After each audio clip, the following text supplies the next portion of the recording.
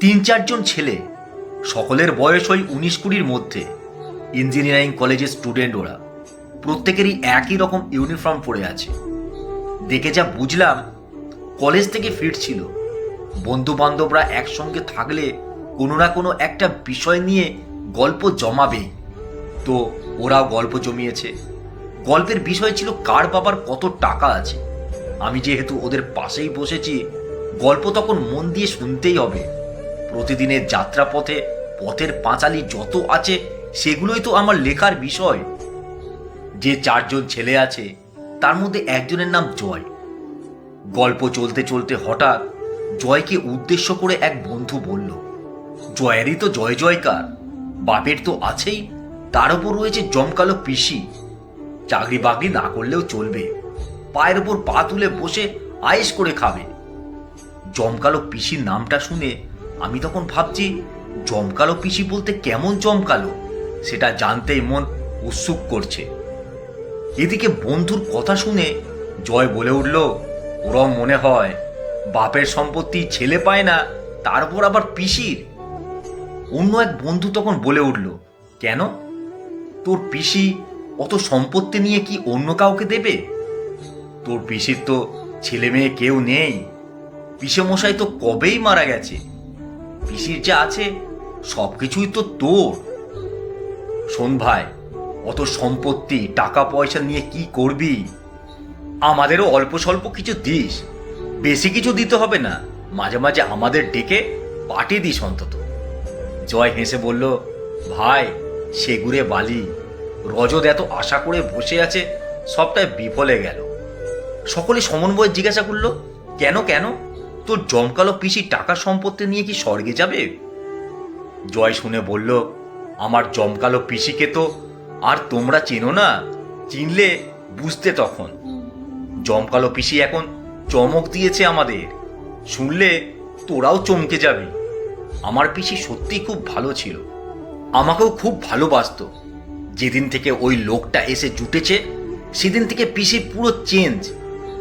এক বন্ধু অবাক হয়ে জিজ্ঞাসা করলো, ওই লোকটা মানে? আরে পিসির একটা বয়ফ্রেন্ড জুটেছে, পিসির থেকে বয়সে ছোট ওই লোকটা। বুড়ো বয়সে পিসির ভীমরতি, এই বয়সে কেউ এসব করে? ওই লোকটা তো পিসির সম্পত্তির লোভে পড়ে আছে।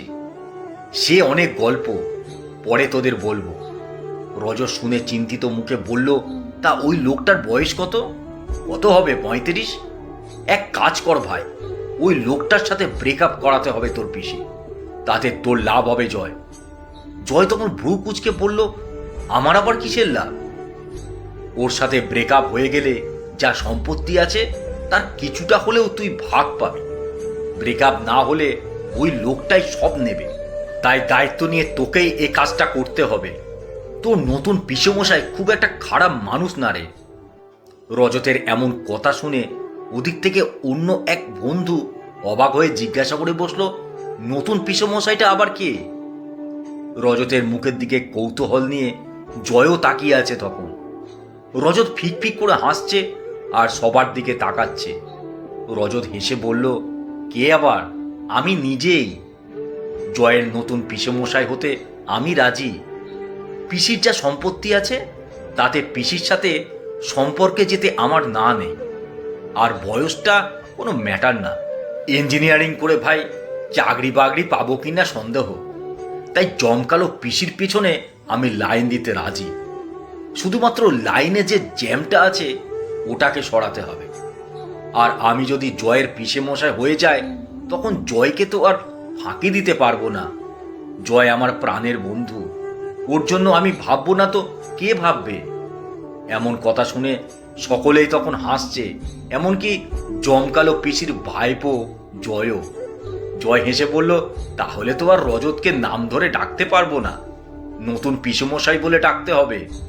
রজত একটু সিরিয়াস ভাব নিয়ে বলল, ডাকতে তো হবেই, আমি তোর পিসির নতুন বয়ফ্রেন্ড বলে কথা। আর একটা মনে রাখবি, পিসির সম্পত্তি মানে ভাইপোই পাবে, এমনটা সব সময় হবে না।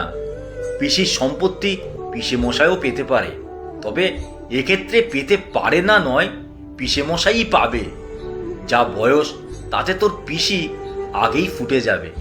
আমার মরতে বহুত দেরি।